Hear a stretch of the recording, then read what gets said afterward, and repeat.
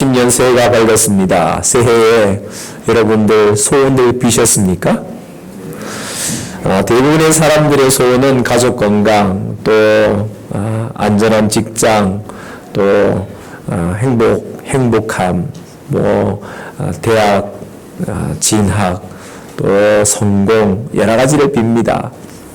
아마 이런 모든 소원들은 살아가면서 일상적으로 꼭 필요한 것들이죠. 예수를 믿는 사람이건 믿지 않은 사람이건 간에 모두에게 다 필요한 일반적인 그런 소원들입니다. 우리가 어떤 것을 기대한다는 것은 우리에게 기쁨이고 즐거움입니다. 왜냐하면 희망이 있기 때문이죠. 희망이 없는 사람은 자신의 어떤 기대감을 구하지 않습니다. 근데 뭔가를 기대한다, 뭔가를 바란다는 것은 희망이 있다는 것입니다.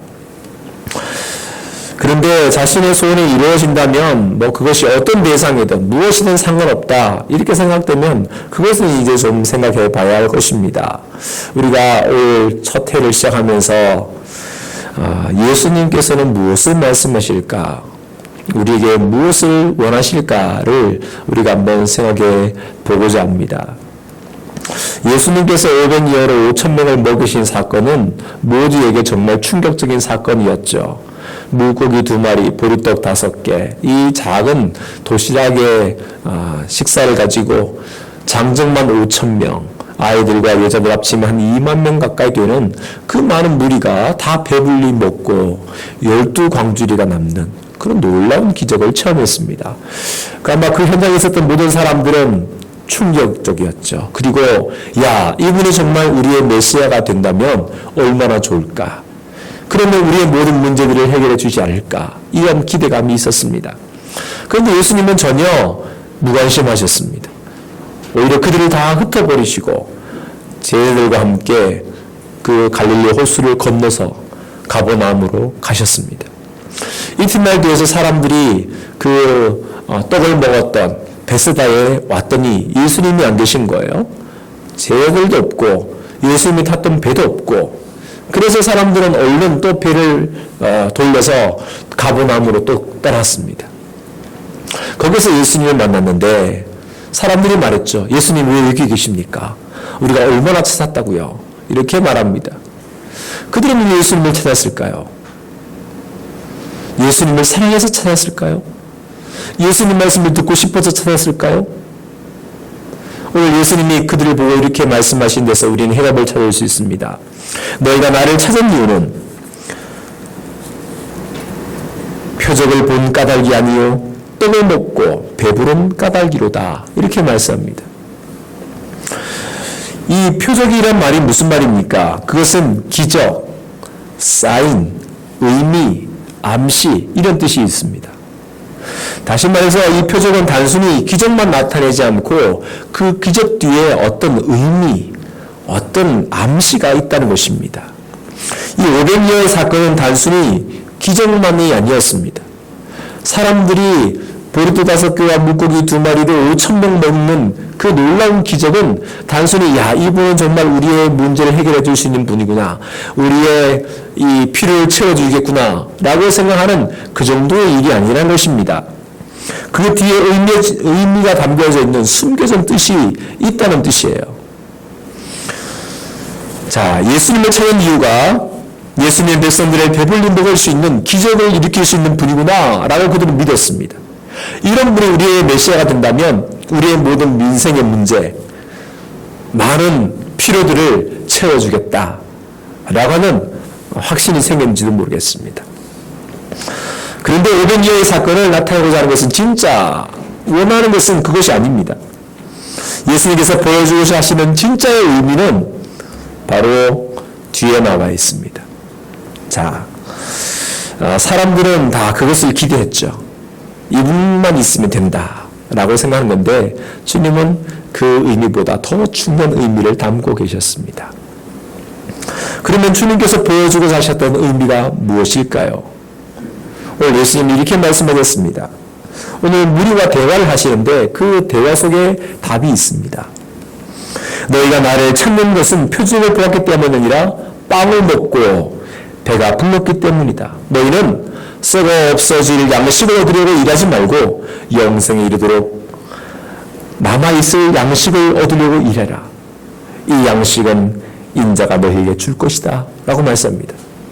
다시 말해서 사람들이 예수님을 찾은 이유는 썩어 없어질 양식을 위해서 찾았다는 것입니다.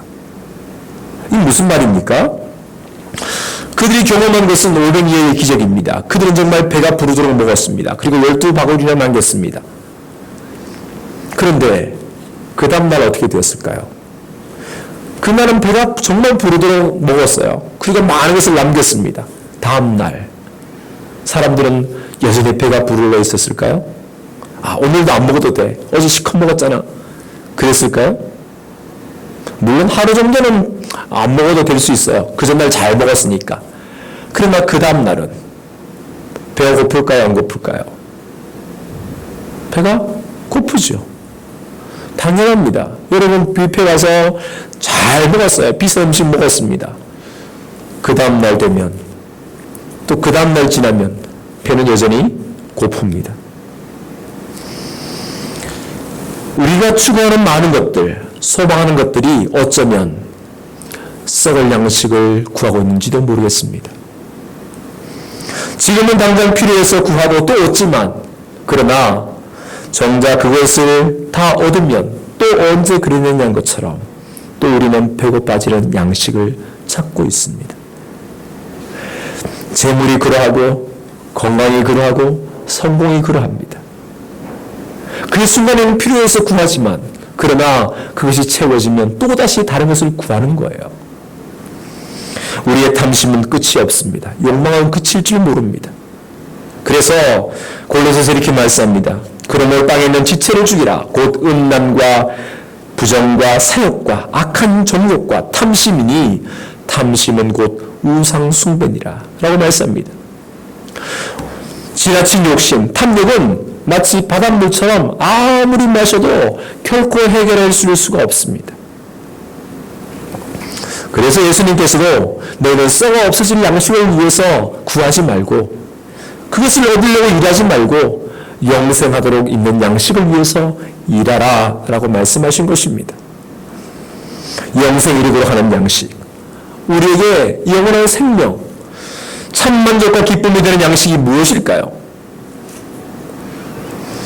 그래서 사람들 모였습니다. 우리가 무엇을 해야 하나님 일을 하는 것이 됩니까? 묻습니다. 무엇을 해야지 하나님 일을 하는 것이 됩니까? 이 말의 뜻은 사람들 하나님 일을 하는 것이 곧 영생을 얻는 것이라고 생각했는 것 같습니다. 하나님 일을 하는 것이 영생을 얻는 것이다. 그래서 하나님 일을 어떻게 하면, 무슨 일을 하면 영생을 얻을까? 이렇게 묻는 거죠. 내가 노력한 만큼 보상을 받는 것처럼 하나님을 위해서 우리가 어떤 일을 하면 그 영생을 받게 될까 궁금했던 것입니다. 예수님께서 주고 자시는 영생, 그것을 어떻게 받을 수 있을까요? 우리가 하나님의 일, 그러면 무엇을 생각하십니까? 충성, 헌신, 봉사, 사명, 다 드림, 이런 많은 것들을 생각합니다. 하나님의 일. 그렇죠. 그래서 우리는 많은 헌금을 드리면 주님께서 우리에게 영생을 주실까? 우리가 몸이 부서지도록 완전히 헌신하면 그 영생을 받을까? 우리가 아니면 세상과 단절하고 저 깊은 산속에 가서 하나님을 찾고 구하면 영생을 받을까? 어떻게 해서 받을 수 있을까요? 예수님께서 대답해 주셨습니다. 하나님께서 보내신 일을 믿는 것이 곧 하나님의 일이니라. 하나님께서 보내신 일을 믿는 것, 그것이 바로 하나님의 일이다 라고 말씀합니다. 간단하셨습니다. 하나님께서 보내신 일을 믿는 것이 하나님 일이고 그것이 곧 영생이라는 것입니다. 하나님의 일은 바로 예수 그리스도, 그분을 구세주로 믿는 것입니다. 사람들이 물었죠. 궁금했습니다. 이렇게 물어요. 그렇다면 당신이 하나님께서 보내신 사람의 것을 우리가 어떻게 압니까? 우리가 어떤 증거를 보여줄 수 있습니까? 그 옛날 성경에 보면 위대한 지도자 모세가 조상들에게 광야에서 빵을 내리게 해서 먹겠는데 당신들은 우리에게 무엇을 보여줄 수 있습니까? 당신은 우리에게 뭘 보여주겠습니까? 이렇게 물었습니다. 예수님께서 하나님께서 보내신 그분을 믿는 것이 바로 하나님의 일이다 그랬는데 그러면 당신이 하나님께서 보내신 사람이라는 것을 우리가 어떻게 믿는 거예요? 증거가 뭐냐? 증거를 보여달라는 것이죠. 갑자기 구약에 나오는 위대한 지도자 모세를 그들은 끄집어내었습니다. 아마 하나님의 일을 가장 잘한 사람이라고 뽑으라면 모세를 그들은 생각했던 것입니다. 위대한 지도자 모세. 이스라엘 백성을 출애굽시켜서 광야 40년 동안 그들에게 이 빵을 먹이고 마지막 가나안 땅까지 들어갈 수 있도록 길을 만들어준 그 모세를 그들은 생각했습니다.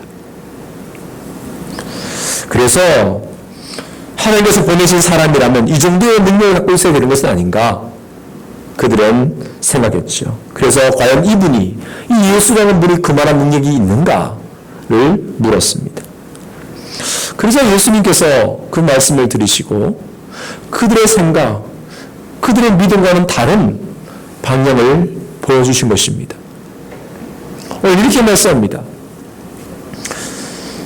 내가 진정으로 말한다. 하늘에서 너에게 빵을 내려주신 것은 모세가 아니다. 바로 내 하나님 아버지시다. 모세가 빵을 준 게 아니다. 너희 위대한 지도자 모세가 40년 동안 너희를 먹인 것이 아니다. 그럼 누가 먹였습니까? 하나님 아버지께서 먹으신 것이다. 하나님의 빵은 하늘에서 내려와 세상에 생명을 주는 것이다 라고 말씀합니다. 그들은 모세에 의해서 그들은 받았다고 모세가 준 것이라고 말했는데 예수님은 아니라는 것이죠. 하나님께서 주셨다는 것입니다. 그리고 더 중요한 것은 하나님께서 정말 주기를 원하셨던 그 빵은 조상들이 광야에서 먹었던 그 빵이 아니라 하늘에서 내리는 참된 양식, 생명을 주는 빵, 영생을 주는, 세상에 생명을 주는 빵을 하나님은 주고 싶어 하신다라고 말씀하셨습니다. 예수님 말씀을 통해서 이제 오늘 가장 중요한 핵심인 하늘에서 내리는 빵, 생명을 주는 빵에 대해서 말씀하십니다. 비록 조상들은 광야에서 하나님 주신 그 빵을 먹어서 죽었습니다. 그들은 매일 아침마다 만나를 먹었지 않습니까? 하늘에서 내리는 만나를 먹었습니다. 그러나 광야 40년 동안 그들은 다 죽고 말았어요. 왜냐하면 그 빵은 먹고 없어지는 빵이기 때문입니다. 그냥 하루 먹으면 없어지는 거예요. 하지만 하나님께서는 너희에게 영생의 빵, 죽지 않는 빵을 주고 싶어 하신다라고 말씀하신 것입니다. 사람에게 영생을 주시려는 빵, 생명을 주시려는 빵, 세상에 생명을 주시는 이 참된 양식, 그것이 정말 하나님께서 너에게 주고 싶어 하시는 양식이다 라고 가르치신 것입니다. 사람들 말했죠. 주님, 그런 빵이 있다면 저에게 주십시오. 이젠 배고프지도 않고 영생을 얻는 빵이 있다면, 생명을 얻는 빵이 있다면 그 빵을 주세요. 먹고 죽지 않는 빵, 먹으면 영생을 얻는 빵이 있다면 주십시오. 먹고 싶습니다. 여러분도 그런 빵을 먹고 싶으십니까? 매일 그냥 새끼 챙겨 먹는 거 힘든데 그런 빵을 먹으면 배도 안 고프고 죽지도 않고 영생을 산다. 그런 빵이 있다면 주십시오. 우리가 요구할 것입니다. 자, 사람들이 이렇게 영원히 배고프지도 않고 영생을 얻는 빵이 있다니까 예수님께 요청했죠. 주님, 그것을 항상 먹게 해주십시오. 예수님 말씀하십니다. 그 빵이 바로 나다. 내가 곧 생명의 빵이다. 내게로 오는 자는 결코 줄이지 않을 것이요 나를 믿는 자는 영원히 목마르지 않을 것이다. 생명을 주시는 빵, 결코 배고프지 않을 영생의 빵, 그것이 바로 예수 그리스도이십니다. 조상들이 광야에서 먹었던 빵은 또다시 배가 고파지는 빵입니다. 결국 그들은 다 죽음에 이르렀습니다. 그러나 내가 주는 빵은 결코 배고프지 않고 목마르지 않는 생명의 빵이라고 말씀합니다. 영원히 죽지 않은 빵이라고 말씀합니다. 바로 이것이 표적입니다. 500여의 그 진짜 표적은 바로 여기에 있습니다. 예수님은 우리의 문제를 해결해 줄 수 있는 분이야. 우리에게 500여로 5,000명을 보낼 수 있는 분이야. 우리의 질병을 고쳐줄 수 있는 병이야. 우리의 삶의 문제를 해결해 줄 수 있는 분이야. 정도의 분이 아니라 그 속에 담긴 참된 의미, 나를 믿는 자는 영원히 살게 된다는, 내가 생명의 빵이라고 하는 그것을 가르치시려고 500여의 기적을 그들에게 보여주신 것입니다. 예수님을 통해서 우리가 생명의 빵, 영생의 복을 얻게 되는 것입니다. 우리는 무엇으로 사는 사람일까요? 좋은 음식으로? 아니면 좋은 약으로? 아니면 많은 돈으로? 그런 것으로 사는 사람일까요? 이것들은 육신을 위해서는 필요할지 모르지만 영생이 이른 데는 필요하지 않습니다. 사람들은 세상의 음식으로 이런 성공으로 사는 것처럼 보이지만 그러나 그렇지 않습니다. 우리는 하늘에서 내린 양식 하나님 말씀으로 사는 것입니다.